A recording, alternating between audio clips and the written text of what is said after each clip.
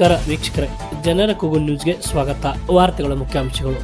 IAS IPS ಪರೀಕ್ಷೆಯ ಬಗ್ಗೆ ತಪ್ಪು ಕಲ್ಪನೆ. ವಾರ್ತೆಗಳ ವಿವರ. ಮುದ್ದೆಬಿಹಾಳ. IAS IPS KS ಪರೀಕ್ಷೆಗಳ ಬಗ್ಗೆ ಬಹಳಷ್ಟು ಜಾಣರಾಗಿರಬೇಕು, ಜ್ಞಾನದ ಸಾಮರ್ಥ್ಯ ಹೆಚ್ಚಿರಬೇಕು, ತರಬೇತಿಗೆ ದೆಹಲಿ ಹೈದರಾಬಾದ್ಗೆ ಹೋಗಬೇಕು, ಆಯ್ಕೆಯಾದರೆ ಲಕ್ಷ ಲಕ್ಷ ಹಣ ಕೊಡಬೇಕು ಎಂಬಿತ್ಯಾದಿ ಮಾತುಗಳನ್ನು ಸಮಾಜದಲ್ಲಿ ಈ ಪರೀಕ್ಷೆಗಳ ಬಗ್ಗೆ ಶಿಕ್ಷಕರು, ಪಾಲಕರು ಮಕ್ಕಳಲ್ಲೇ ತಪ್ಪು ಕಲ್ಪನೆ ಬರುವಂತೆ ಬಿಂಬಿಸಬೇಡಿ ಎಂದು ಬೆಂಗಳೂರು ಕಾರಾಗೃಹ DIG ಜಿನೇಂದ್ರ ಕನಗಾವಿ ಹೇಳಿದರು. ಇದಕ್ಕೆ ಬರೀಲಿಕ್ಕೆ ಬಹಳ ದೊಡ್ಡ ಶಾಣತನ ಬೇಕಿಲ್ಲ. Because it is not difficult exam, it is only different exam. ಇದು ಕಠಿಣ ಪರೀಕ್ಷೆ ಅಲ್ಲ, ಇದೊಂದು ಭಿನ್ನವಾದ ಪರೀಕ್ಷೆ. ಈ ಪರೀಕ್ಷೆಗೆ ಏನು ತಯಾರಿ ಬೇಕಾದ್ರೆ ಮಾಡಬೇಕು. ಯಾಕೆಂದ್ರೆ ನನ್ನ ಕೈಯಲ್ಲಿ ಪಾಸ್ ಆದಂತ ವಿದ್ಯಾರ್ಥಿಗಳು ಅದು ಯಾರು ಹೇಳಿಲ್ಲ, ಬಹುಶಃ 300 ಜನ IAS IPS ಅಧಿಕಾರಿಗಳು, 700 ಜನ KS ಅಧಿಕಾರಿಗಳು, ಒಟ್ಟು 1,000 ಜನ ಸಿವಿಲ್ ಸರ್ವಿಸ್ ಅಲ್ಲಿದ್ದಾರೆ. ಹೇಳೋದಷ್ಟೇ, ಅವರು ಡಿಗ್ರಿನಲ್ಲಿ ಒಂದು 50-55% ತೆಗೆದಿದ್ರೆ ಸಾಕು, 60% ತೆಗೆದಿದ್ರೆ ಸಾಕು, ಸಾಮಾನ್ಯವಾದ ನೆನಪಿನ ಶಕ್ತಿ ಇದ್ರೆ ಸಾಕು, ಬಹಳ ದೊಡ್ಡ ಇಂಗ್ಲಿಷ್ ಗೊತ್ತಿರಬೇಕಾಗಿಲ್ಲ, ಓದಿದ್ರೆ ಅರ್ಥ ಮಾಡ್ಕೊಳ್ತಿದ್ರೆ ಸಾಕು. ಇವೆಲ್ಲ ಸಾಕುಗಳ ಮಧ್ಯೆ ಏನಿರ್ಬೇಕಂದ್ರೆ, ನಾನು ಒಂದು ಉನ್ನತವಾದ ಅಧಿಕಾರಕ್ಕೆ ಹೋಗ್ಬೇಕು ಅನ್ನೋ ಪ್ರಬಲವಾದ ಆಕಾಂಕ್ಷೆ ಇರಬೇಕು. ನಾನು ಆಫೀಸರ್ ಆಗೇ ತೀರ್ತೀನಿ ಅಂತ ಇರ್ಬೇಕು.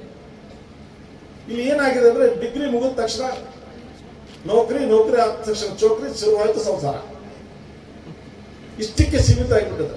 ಹಾಗಾದ್ರೆ ಅನೇಕ ಜನ ಹುಟ್ಟಿ ಬದುಕಿ ಸಾಥ್ ಹೋಗ್ತಾರೆ, ನಾಯಿನಲ್ಲಿ ಹಂದಿ ಬದುಕಿಗೂ ಸಾಧ್ಯ ಏನಾದ್ರೂ ಸಾಧಿಸ್ಲಿಕ್ಕೆ ಅವಕಾಶ ಇರ್ತದೆ. ಅಂತ ಅವಕಾಶ ನಾವು ಯಾಕೆ ಬೆಳೆಸ್ಕೋಬಾರ್ದು? ಈ ಪರೀಕ್ಷೆ ಕಾಣಬತ್ತೆ, ಇದು ಕಠಿಣವಾದ ಪರೀಕ್ಷೆ ಅಲ್ಲ, ಇದು ವಿಭಿನ್ನವಾದ ಪರೀಕ್ಷೆ. ಒಂದು ಇನ್ನೂ ಸಿಂಪಲ್ ಆಗಿ ನಾವು ಡಿಫರೆಂಟ್ ಅಂತ ಈ IIT NEET ಇವೆಲ್ಲ ನೋಡ್ತಾ ಇದ್ರಲ್ಲ, ಇದರಲ್ಲಿ ಉನ್ನತವಾದ ಕಾಲೇಜು, ಉನ್ನತವಾದ ಹುದ್ದೆಗೆ ಹೋಗ್ಬೇಕಾದ್ರೆ ಎಷ್ಟು ಪರ್ಸೆಂಟೇಜ್ ಬೇಕು? 98% ಬೇಕು. ಆದ್ರೆ ಈ IAS ಪರೀಕ್ಷೆಯಲ್ಲಿ 40ರಿಂದ 45% ಸ್ಕೋರ್ ಮಾಡಿದ್ರೆ ಸಾಕು, ನೀವು ಕ್ಲಿಯರ್ ಮಾಡಿ ಆ ಪರೀಕ್ಷೆ. ನನ್ನ ಪರೀಕ್ಷೆ ಪ್ರಿಲಿಮ್ಸ್ ಎಕ್ಸಾಮ್ ಅಲ್ಲಿ 200 ಪರೀಕ್ಷೆಗೆ 200 ಮಾರ್ಕ್ಸಿಗೆ 78 ತಗೊಂಡೋಗಿ ಕ್ಲಿಯರ್ ಮಾಡಿದ್ದಾರೆ. ಅಂದ್ರೆ ಲೆಸ್ ದೆನ್ 40%. ಸೊ ನೀವು IIT ಇವೆಲ್ಲ ಕ್ಲಾಟ್ ಮ್ಯಾಟ್ ಹೋದ್ರೆ ಎಲ್ಲ 90-95%. ನಾನು ಅದಕ್ಕೆ ಇದ್ದಿದ್ದು ವಿಭಿನ್ನವಾದ ಪರೀಕ್ಷೆ, ಸೂಕ್ತವಾದ ಮಾರ್ಗದರ್ಶನ ಮತ್ತು ಇದಕ್ಕೆ ಬೇಕಾದಂತ ಶ್ರಮ ಹಾಕುವಂತ ಮನಸ್ಸಿದ್ರೆ ಈ ಪರೀಕ್ಷೆಯಲ್ಲಿ ಪಾಸ್ ಆಗಲಿಕ್ಕೆ ಸಾಧ್ಯ ಆಗ್ತದೆ. ಪಟ್ಟಣದ ಪದ್ಮಾವತಿ ದೇವಸ್ಥಾನದ ಆವರಣದಲ್ಲಿ ದಂಡವತಿ ಪರಿವಾರದಿಂದ ಭಾನುವಾರ ಹಮ್ಮಿಕೊಂಡಿದ್ದ ಉಚಿತ ಸಾಮೂಹಿಕ ಉಪನಯನ ಮತ್ತು ಕುಮಾರಿಕೆಯರಿಗೆ ವೃತೋಪದೇಶ ಕಾರ್ಯಕ್ರಮದಲ್ಲಿ ಅವರು ಮಾತನಾಡಿದರು. ಕ್ಷೇತ್ರದಲ್ಲಿ ಈ ಒಂದು ಉಪನಯನದ ಕಾರ್ಯಕ್ರಮ ಅಂತ ಕೇಳಿದಾಗ ನನಗೆಲ್ಲ ನನ್ನ ಬಾಲ್ಯದ ನೆನಪುಗಳು ಬಂದವು. ಯಾಕಂದ್ರೆ ನಾನು 10 ವರ್ಷದವನಿದ್ದಾಗ ನಮಗೆ ಉಪನಯನ ಮಾಡಿದ್ರು. ಅವಾಗ ಏನು ಗೊತ್ತಿರಲಿಲ್ಲ, ಮುಂಜು ಮಾಡಿಸ್ತಾರ ಒಂದು ಪಂಚಕಲ್ಯಾಣದಾಗ ಹೋಗಿ ಎಲ್ಲರೂ ತಲೆ ಎಲ್ಲ ಕೂದಲಿಕ್ಕೆ ಇಷ್ಟು ತಕ್ಕ ಕಪ್ಪು ಇಳಿಸ್ಕೊಂಡು ಎಲ್ಲ ಇದು ಮಾಡ್ತಾರೆ. ಆಮೇಲೆ ನಮ್ಗೆ ಅದಕ್ಕಿಂತ ಮುಖ್ಯವಾಗಿ ಏನಂತಂದ್ರೆ, ಈ ಎಲ್ಲ ಮುಖದಲ್ಲಿ ಜೋಳಿಗೆ ಇಟ್ಕೊಂಡು ಎಲ್ಲರ ಮನೆಗೆ ಹೋದಾಗೆಲ್ಲ ಪೇಡೆ ಗಿಡೆ ಎಲ್ಲ ಕೊಟ್ಟಿರೋದು ನೆನಪಾಯ್ತು. ಇಲ್ಲಿ ಬಹುಶಃ ಅದು ಊರ್ ಹೊರಗಿರೋದ್ರಿಂದ ಅದು ಅವಕಾಶ ಆಗಿಲ್ಲ. ಊರ್ ಒಳಗಿರುವಂತ ಬಸ್ಗಳಿಗಾಗಿದ್ರೆ ನಿಜವಾಗ್ಲೂ ಹುಡುಗರು ಎಂಜಾಯ್ ಮಾಡ್ತಿದ್ರು. ಸೊ ಅದು ನಮ್ಗೆ ನೆನಪಾಯ್ತು. ಆದ್ರೆ ಈ ಮುಂಜು ಯಾಕೆ ಮಾಡ್ತಾರೆ, ಉಪನಯನ ಯಾಕೆ ಮಾಡ್ತಾರೆ? ಹಿರಿಯ ಪತ್ರಕರ್ತರಾದ ಪದ್ಮರಾಜ್ ದಂಡಾವತಿ ಮಾತನಾಡಿ, ತಮ್ಮ ಮಕ್ಕಳ ಉಪನಯನ ವೃತೋಪದೇಶ ಕಾರ್ಯಕ್ರಮದಲ್ಲಿ 100 ಮಕ್ಕಳಿಗೆ ಉಚಿತವಾಗಿ ಉಪನಯನ ವೃತೋಪದೇಶ ಕಾರ್ಯಕ್ರಮ ನಡೆಸುವ ಮೂಲಕ ದಂಡಾವತಿ ಪರಿಹಾರ ಇತಿಹಾಸ ಸೃಷ್ಟಿಸಿದೆ. ನಮ್ಮ ಮಕ್ಕಳಲ್ಲಿ ಸಂಸ್ಕಾರ, ಸಂಸ್ಕೃತಿ, ಹಿರಿಯರಿಗೆ ಗೌರವದಿಂದ ನಡೆದುಕೊಳ್ಳುವ ತಿಳುವಳಿಕೆಯನ್ನು ನೀಡುವ ಅಗತ್ಯವಿದೆ. ಮುದ್ದೆಬಿಹಾಳ ನಗರದಲ್ಲಿ ಹಾಗೂ ಸುತ್ತಮುತ್ತಲಿನ ಪ್ರದೇಶದಲ್ಲಿ ಹೆಚ್ಚಿನ ಪರಿಸರದ ವಾತಾವರಣ ನಿರ್ಮಿಸಲು ಎಲ್ಲರೂ ಕೈ ಜೋಡಿಸುವಂತೆ ವಿನಂತಿಸಿದರು. ಗುಣವನ್ನು ನಾವು ನಮ್ಮ ಮಕ್ಕಳಲ್ಲಿ ಚಿಕ್ಕವರಿರುವಾಗಲೇ ನಾವು ಬೆಳೆಸಬೇಕು. ಸಮಾಜದ ಬಗೆಗೆ, ಹಿರಿಯರ ಬಗೆಗೆ ಒಟ್ಟು ಆ ಅನುಕಂಪವನ್ನು ನಾವು ಬೆಳೆಸ್ಕೊಳ್ತಿದ್ರೆ ಅದು ಏನು ಮನುಷ್ಯನಾಗಿ ಏನಾದರಾಗು ಮೊದಲು ಮಾನವನಾಗುವಂತ ಇವರು ಸಿದ್ದಯ್ಯ ಪುರಾಣಿಕರು ಹೇಳಿದ್ದು ಯಾಕೆ ಅಂದ್ರೆ, ಮೊದಲು ನಾವು ಮನುಷ್ಯರಾಗಬೇಕು, ಆಮೇಲೆ ಯಾವ ಧರ್ಮದವರು ಏನು ಎತ್ತ ಇತ್ಯಾದಿ ಅನ್ನೋದು ಅದರ ಜೈನ ಧರ್ಮದವರೇ ಆಗಿರೋದ್ರಿಂದ ಒಂದು ಸಂಸ್ಕಾರ, ಒಂದು ಸಂಸ್ಕೃತಿ ತಮಗೆಲ್ಲ ಬರ್ತದೆ, ಪ್ರಾಮಾಣಿಕ ಬರ್ತದೆ, ನಿಷ್ಠೆ ಬರ್ತದೆ. You will have great commitment to the work etcetera etcetera, that's always there. So ಹಾಗಾಗಿ ಇನ್ನೊಂದು ಮಾತನ್ನು ನಾನು ಇಲ್ಲಿ ಹೇಳಿ ನನ್ನ ಮಾತನ್ನು ಮುಗಿಸ್ತೇನೆ. ನಾವೆಲ್ಲರೂ ಇವತ್ತು ಕಡು ಬಿಸಿಲನ್ನು ಅನುಭವಿಸಿದ್ದೇವೆ. ಆವಾಗಲೂ ಹೀಗೆ ಇತ್ತು. ಮುದ್ದೇಬಿಹಾಳ, ಬಿಜಾಪುರ ಜಿಲ್ಲೆ, ಬಾಗೇವಾಡಿ, ಕಲಬುರ್ಗಿ, ಯಾದಗಿರಿವರೆಗೆ ಹೀಗೆ ಇತ್ತು. ಇಲ್ಲಿ ಬಹಳ ವಿಶಾಲವಾದ ಒಂದು ಜಾಗ ನಮಗೆ ಸಿಕ್ಕಿದೆ. ಹಿಂದಿನ ಜಾಗವನ್ನು ಒಬ್ರು ಲೇಔಟ್ ಮಾಡ್ಬೇಕಂತ ಹೋದವರು ನಮ್ಮದೇ ಜಾಗ ಇದು, ನಿಮ್ಮ ಜಾಗ ತಗೊಳ್ಳಿ ಅಂತೇಳಿ ಈಗಿನ ಕಾಲದಲ್ಲಿ ಇವೆಲ್ಲ ಪವಾಡ ಸದೃಶವಾದಂಥ ಘಟನೆಗಳು. ನಾವು ಇನ್ನೊಬ್ಬರ ಜಾಗಕ್ಕೆ ಬೇಲಿ ಹಾಕಿಕೊಳ್ಳುವಾಗ ಅವರು ನಮ್ಮ ಜಾಗವನ್ನು ಬಿಟ್ಟು ಬೇಲಿ ಹಾಕಿಕೊಂಡು ಈ ಜಾಗವನ್ನು ನೀವು ಬಳಸ್ಕೊಳ್ಳಿ ಅಂತ ಹೇಳಿದ್ದಾರೆ. ಇಷ್ಟೊಂದು ಸುತ್ತಲೂ ಎಲ್ಲ ಜಾಗ ಇದೆ. ಇಲ್ಲಿ ನಮ್ಮ ಪರಿಸರದಲ್ಲಿ ನಾವು ಮುಂದೆ ಇನ್ನೂ ಡೆವಲಪ್ಮೆಂಟ್ ಮಾಡಬೇಕು ಅಂತ ಮಾಡಿದ್ವಿ ಅಭಿನಂದನ ಗೋಗಿ ಅವರ ಅಧ್ಯಕ್ಷತೆಯಲ್ಲಿ. ಕಳೆದ 3 ವರ್ಷಗಳಲ್ಲಿ ಬಹಳ ಅತ್ಯಂತ ನಿಸ್ವಾರ್ಥದಿಂದ ಅವರು ಪ್ರಾಮಾಣಿಕವಾಗಿ ಗುರುಗಳ ಮಾರ್ಗದರ್ಶನದಲ್ಲಿ ಕೆಲಸ ಮಾಡಿದ್ದಾರೆ. ನಾನು ಇಲ್ಲಿ ಪೂಜೆಗೆ ಬರುವಾಗ ಶೀತಲ್ ಪಾಟೀಲ್ರೇ, ತಾವು ಬಹಳ ದೊಡ್ಡ ಶ್ರೀಮಂತರು. ಕಾರ್ಯಕ್ರಮದಲ್ಲಿ ಹೊಂಬುಜು ಜೈನ ಮಠದ ದೇವೇಂದ್ರ ಕೀರ್ತಿ ಭಟ್ಟಾರಕ ಸ್ವಾಮೀಜಿ ದಿವ್ಯ ಸಾನ್ನಿಧ್ಯ ವಹಿಸಿದರು.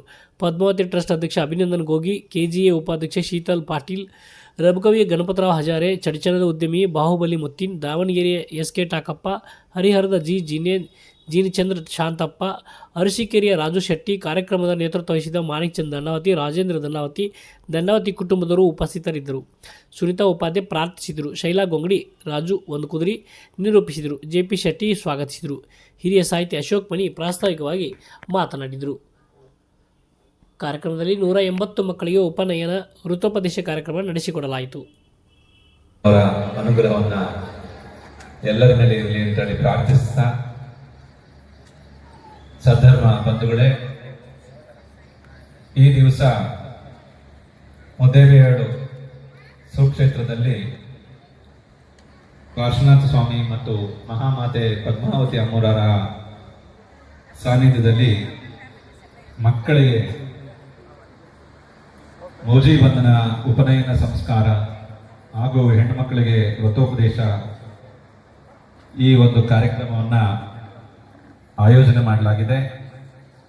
ಬಹುಶಃ ಇಲ್ಲಿ ಪಂಚಕಲ್ಯಾಣ ಆದ ಮೇಲೆ ಸುಮಾರು 25 ವರ್ಷ ಆದ ಮೇಲೆ ಈ ಒಂದು ಕಾರ್ಯಕ್ರಮ ಆಗ್ತಿರೋದು.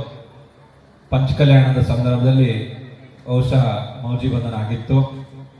ಆಚಾರ್ಯ ಶ್ರೀ ಅಮೃತ್ ಸೇನ್ ಮುನಿ ಮಹಾರಾಜರ ಸಾನ್ನಿಧ್ಯದಲ್ಲಿ ವೈಭವದಿಂದ ಈ ಒಂದು ಕ್ಷೇತ್ರದ ಪಂಚಕಲ್ಯಾಣ ಪ್ರತಿಷ್ಠಾಪನೆ ನಡೆದಿತ್ತು. ಆ ನಂತರ ಇವತ್ತು ಈ ಒಂದು ಕಾರ್ಯಕ್ರಮ ನಡೀತಾ ಇದೆ. ನಮ್ಮ ಬಿಜಾಪುರ ಬಾಗಲಕೋಟೆ ಸುತ್ತಮುತ್ತ ನಮ್ಮ ಶ್ರೀ ಮಾಣಿಕ್ ದಂಡಾವತಿಯವರ ಮಕ್ಕಳಿಗೆ ವ್ರತೋಪದೇಶವನ್ನು ಕೊಡುವಂಥದ್ದು, ಬಾಲ ಸಂಸ್ಕಾರ, ಉಪನಯನ ಸಂಸ್ಕಾರ ಕೊಡುವಂಥದ್ದು ಅಂತೇಳಿ ಕಾರ್ಯಕ್ರಮ ನಿಶ್ಚಿತ ಆಗಿತ್ತು. ಆವಾಗ ನಾವೇ ಸ್ವತಃ ಯೋಚನೆ ಮಾಡಿದ್ವಿ, ಈ ಪ್ರಾಂತ್ಯದಲ್ಲಿ ಯಾವುದು ಪಂಚಕಲ್ಯಾಣಗಳು ಸದ್ಯದಲ್ಲಿ ಆಗಿಲ್ಲ. ಹಾಗೆ ಈ ದೇವಸ್ಥಾನದ ಒಂದು ಪಂಚಕಲ್ಯಾಣವಾಗಿಯೂ ಸಹ ಸುಮಾರು 25 ವರ್ಷಕ್ಕಿಂತ ಜಾಸ್ತಿ ಆಗಿದೆ. ದೇವಸ್ಥಾನದ ಸಾನ್ನಿಧ್ಯದಲ್ಲಿ ಯಾವುದಾದ್ರೂ ಒಂದು ಮಾಂಗಲಿಕ ಕಾರ್ಯಕ್ರಮ. ಇನ್ನಷ್ಟು ಸುದ್ದಿಗಾಗಿ ನೋಡ್ತಾ ಇರಿ ಜನರ ಕೂಗು ಯೂಟ್ಯೂಬ್ ಚಾನಲ್. ಇದು ನಿಮ್ಮದೇ ಧ್ವನಿ. ಸಬ್ಸ್ಕ್ರೈಬ್ ಮಾಡಲು ಮರೆಯಬೇಡಿ.